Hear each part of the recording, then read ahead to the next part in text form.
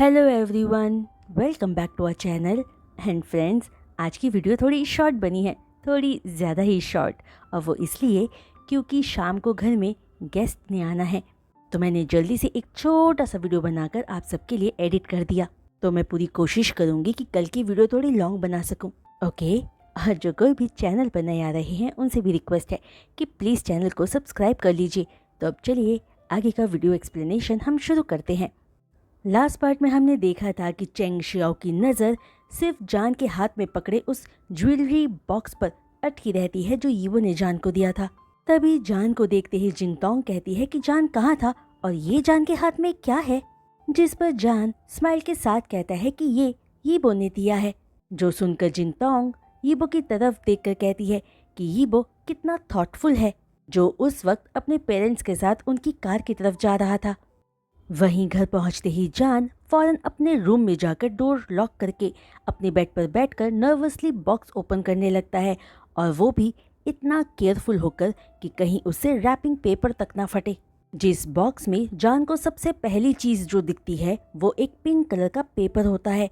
जिस पेपर को उठाते ही जान को उस बॉक्स में एक गोल्ड चेन ब्रेसलेट दिखता है, जिस ब्रेसलेट पर जान का नाम लिखा हुआ था और जान के नाम के राइट साइड पर नीचे की तरफ वाई लिखा हुआ था, जो देखते ही जान के मुंह से ओह यीवो निकलता है और जान का मन खुशी से रोने का कर रहा था।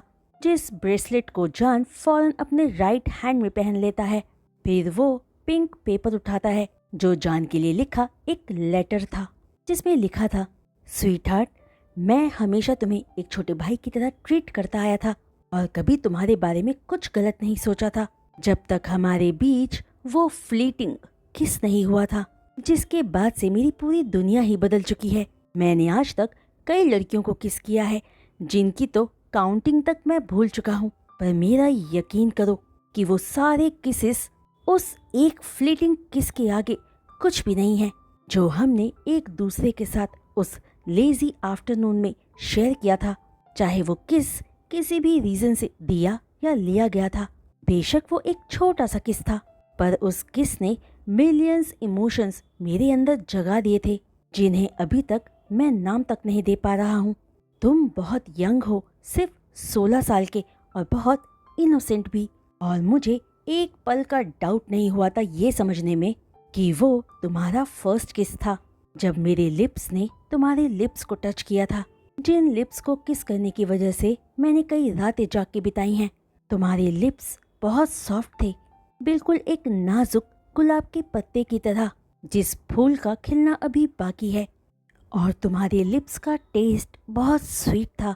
अब मुझे इन अनफेमिलियर फीलिंग्स जो मेरे दिल में पल रहे हैं उनको क्या कहना चाहिए मैं नहीं जानता, और काश मैं ये भी जान पाता कि क्यों मैं हमेशा ही घबरा जाता हूँ जब भी तुम्हारी नज़रें मुझ पर पड़ती हैं। वहीं अगर इस वक्त कोई चीज़ है जो मैं करना चाहता हूँ तो वो ये कि मैं वक्त को जल्दी से घुमाकर वहीं ले जाना चाहता हूँ जहाँ तुम खड़े इंतज़ार कर रहे थे, अपनी ब्यूटीफुल और इनोसेंट आइज से देखते हुए। मुझे फ़र्क नहीं पड़ता इस बात से कि हम दोनों ही बॉयज़ हैं, पर ये तो तुम्हारे साथ अनफेयर होगा ना। वैसे भी किसी पुरानी कहावत में लिखा है कि एक ड्रीमर को माफ़ किया जा सकता है, लेकिन एक बेवकूफ़ को नहीं। बेशक ये लेटर लिखकर मैं तुम्हें ये सब बता रहा हूँ बिना ये जाने कि तुम ये सब समझ पाओगे भी या नहीं, लेकिन फ़िलहाल अब मैं हम दोनों को वक्त और किस्मत पर छोड़ चुका हूँ स्वीट हार्ट, इसलिए तब तक वाई। जहाँ पूरा लेटर पढ़कर और लेटर के एंड में यीबो के नाम का इनिशियल देखकर जान के मुंह से यीबो का नाम निकल जाता है, और उसके साथ ही एक आंसू की बूंद जान की आंख से छलककर लेटर के ऊपर गिर जाता है, जिसे केयरफुली रब करके जान उस लेटर को फोल्ड करके वापस बॉक्स में रख देता है। फिर बॉक्स को अपने बेड के साइड टेबल के ड्रॉर में रख देता है। जिस लेटर के पढ़ने के बाद से जान अपने दिल में उठ रहे इमोशंस के तूफान को संभाल ही नहीं पा रहा था और जोर जोर से रोना चाहता था। वहीं जान ये भी सोच रहा था कि यीबो के इस लेटर का क्या मतलब है, क्या उसके मन में भी जान को लेकर सेम फीलिंग्स हैं जो जान के मन में यीबो को लेकर है।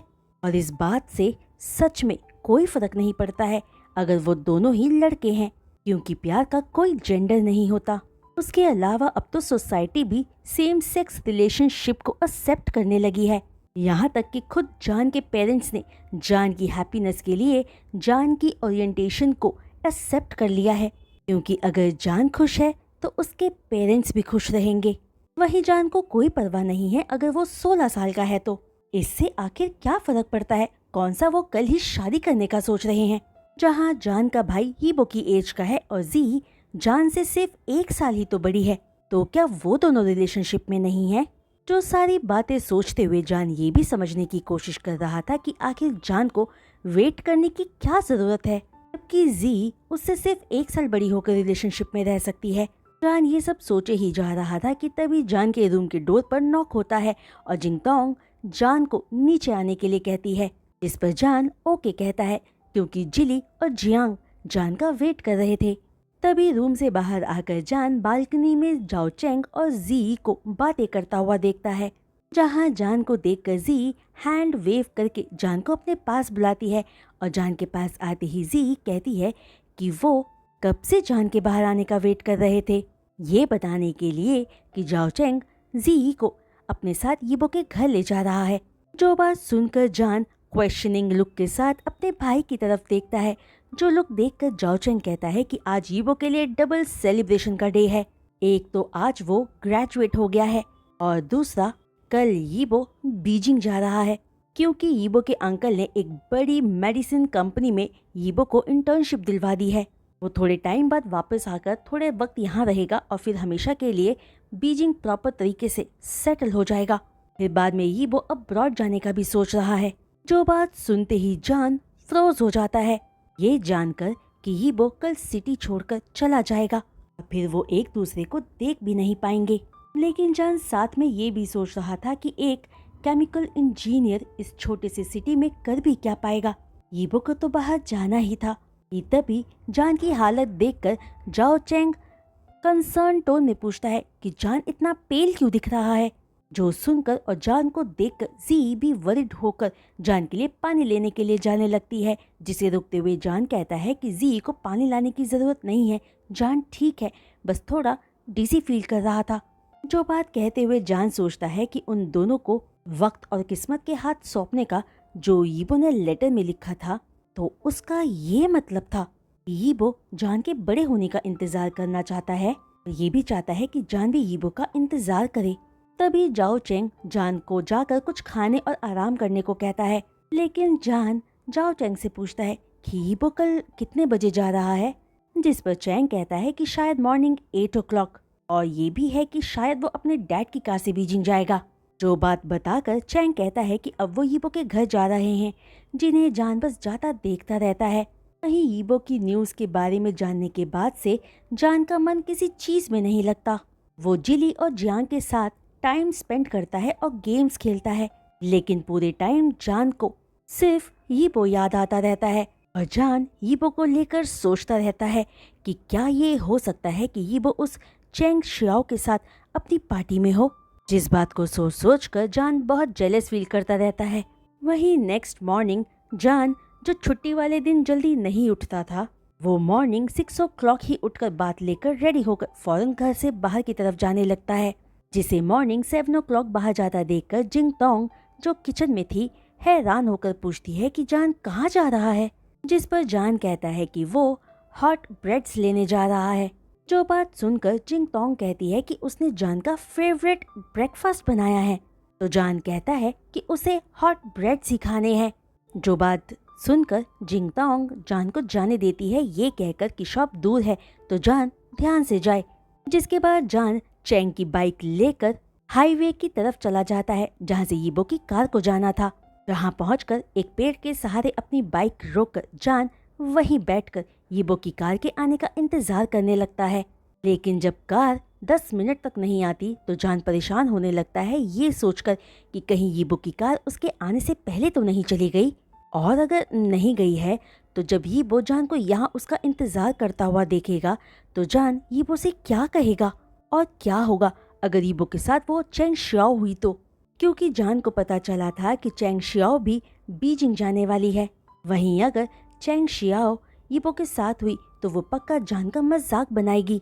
जो सब बातें सोचते हुए जान रोने लगता है और यीबो का इंतजार और ज्यादा आगे ना करके घर वापस जाने का डिसाइड करता है। जो सब सोचकर जान जैसे ही अपनी बाइक उठाकर उस पर बैठता है, यीबो की कार वहां से गुजरती है, जिसे हैंड वेव करके जान रोकने की कोशिश करता है, लेकिन कार इतनी स्पीड में थी कि वो जान को क्रॉस करके आगे निकल जाती है। जो देखकर जान दुखी होकर रोने लगता है और सोचता है कि क्या यीबो ने जान को नोटिस नहीं किया।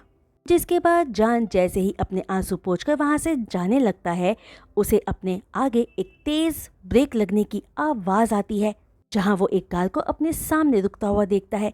फिर वो कार धीरे धीरे पीछे आकर जान के पास रुकती है, जो देखकर जान खुद अपने दिल की धड़कनों को सुन पा रहा था, जो सुपर फास्ट धड़क रही थी। और जान ये सोच रहा था कि अब वो यीबो से क्या कहेगा।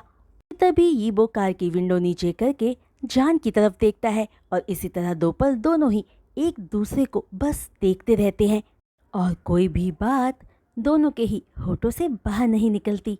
तभी अपने बीच की खामोशी को तोड़ते हुए जान अपना राइट हैंड ऊपर उठाकर ब्रेसलेट दिखाते हुए यीबो से कहता है कि वो इस ब्रेसलेट के लिए थैंक यू कहने आया था। जो बात सुनकर यीबो स्माइल के साथ कहता है कि आज से कुछ सालों बाद कोई जान को एक एक्सपेंसिव रिंग भी देगा। जो सुनकर जान अपना सिर नीचे करके पोलाइट वॉइस में कहता है कि वो ये एक्सेप्ट नहीं करेगा। तो फ्रेंड्स, आज का ये वीडियो एक्सप्लेनेशन मैं यहीं रोकती हूँ और उम्मीद करती हूँ कि आप सबको आज ये छोटा सा वीडियो पार्ट पसंद आया होगा। तो फ्रेंड्स, अगर आप सबको आज का ये पार्ट पसंद आया हो तो प्लीज़ अपने लाइक्स इस वीडियो पर ज़रूर दीजिएगा और अपनी कमेंट्स मेरे साथ शेयर करना मत भूलिएगा। और जो कोई भी चैनल पर नए आ रहे हैं और चैनल को सब्सक्राइब कर रहे हैं, उनसे रिक्वेस्ट है कि प्लीज़ चैनल को सब्सक्राइब करने के बाद बेल आइकन को हिट करना मत भूलिएगा। तो आज के लिए बस इतना ही। हम फिर मिलेंगे एक लेटेस्ट नेक्स्ट वीडियो अपलोड के साथ। तब तक के लिए बाय।